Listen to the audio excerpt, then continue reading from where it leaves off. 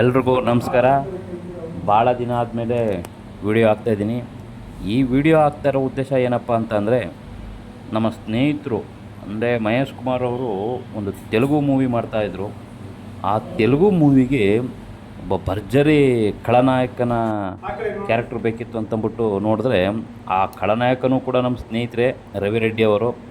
ಆ ರವಿ ರೆಡ್ಡಿ ಅವರ ಒಂದು ಫೋಟೋಶೂಟು ಈಗ ಸ್ವಲ್ಪ ದಿನದಲ್ಲಿ ನಡೀತು, ಅದು ಬೆಂಗಳೂರಲ್ಲಿ.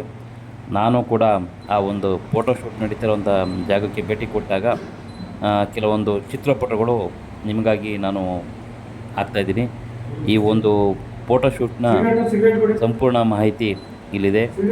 ಇದರ ತಾಂತ್ರಿಕ ವರ್ಗದವರು ಈ ಚಿತ್ರದ ಸಂಪೂರ್ಣ ವಿವರವನ್ನು ಮುಂದಿನ ದಿನಗಳಲ್ಲಿ ನಮ್ಮ ನಿರ್ದೇಶಕರಾದ ಮಹೇಶ್ ಕುಮಾರ್ ಅವರು ಎಲ್ಲರಿಗೂ ತಿಳಿಸ್ತಾರೆ.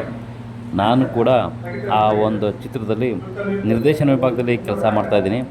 ಈಗ ನೀವು ನೋಡ್ತಾ ಇರ್ಬೋದು, ವಿವಿಧ ಭಂಗಿಗಳನ್ನು ಯಾವ ರೀತಿ ಕೊಡ್ತಾ ಇದ್ದಾರೆ ನಮ್ಮ ಖಳನಾಯಕರಾದ ರವಿ ರೆಡ್ಡಿಯವರು. ಇದರ ಸಂಪೂರ್ಣ ಈ ಫೋಟೋಶೂಟು ಯಾವ ರೀತಿ ನಡೀತು ಅನ್ನೋದನ್ನು ನೀವಿಲ್ಲಿ ನೋಡ್ಬೋದು. ಅದಕ್ಕೆ ನಾನೇನು ಬಾಯಿನಲ್ಲಿ ಹೇಳಬೇಕಾಗಿಲ್ಲ, ನೋಡಿದ್ರೆ ಕೂಡ ಗೊತ್ತಾಗ್ಬಿಡ್ತೈತೆ. ನಿರ್ದೇಶಕರ ಅಣತಿಯಂತೆ ಯಾವ್ಯಾವ ರೀತಿ ಬೇಕು ಆ ರೀತಿ ಫೋಟೋಗೆ ಪೋಸ್ ಕೊಡ್ತಾ ಒಂದು ಒಳ್ಳೆಯ ರೀತಿಯ ಫೋಟೋಶೂಟು ಆಯಿತು.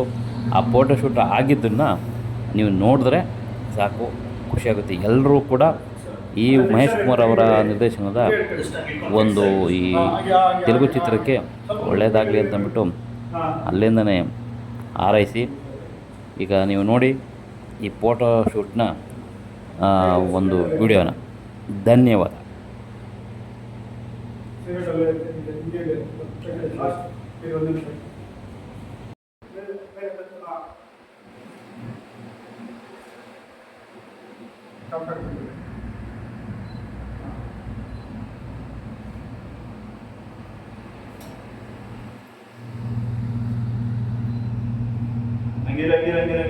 ಸರ್ ಕೈ ಇಲ್ಲಿದ್ದು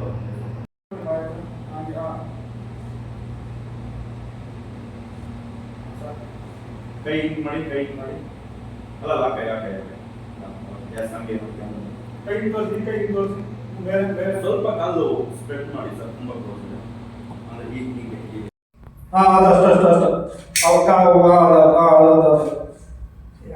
ಚಿತ್ತ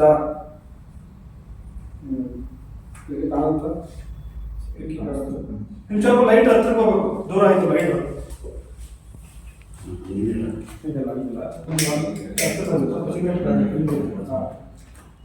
ಬೆಂಕಿ ಕಾಣಬೇಕು.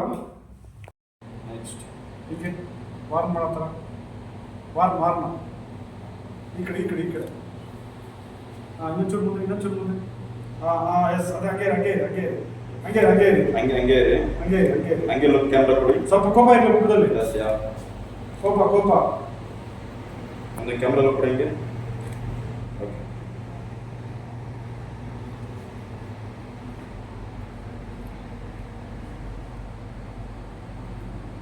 ಬನ್ನಿ.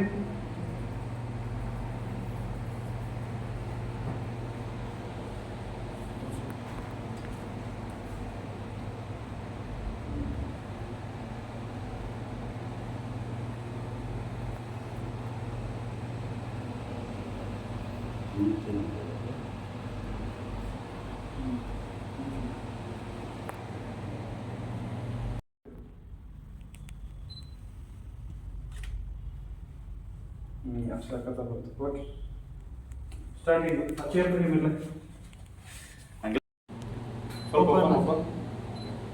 ಡೌನ್ ಕೈ ಲುಕ್ ಅಲ್ಲೇ ಇರಲಿ. ಕೈ ಲುಕ್ ಮೇಲೆ ಅದು ಕೋಪ ಇರಲಿ.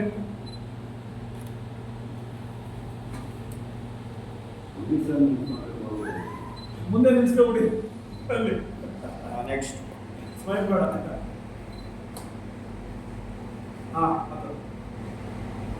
ಅದು ಶಾಡೋ ಸ್ವಲ್ಪ ಅದೇ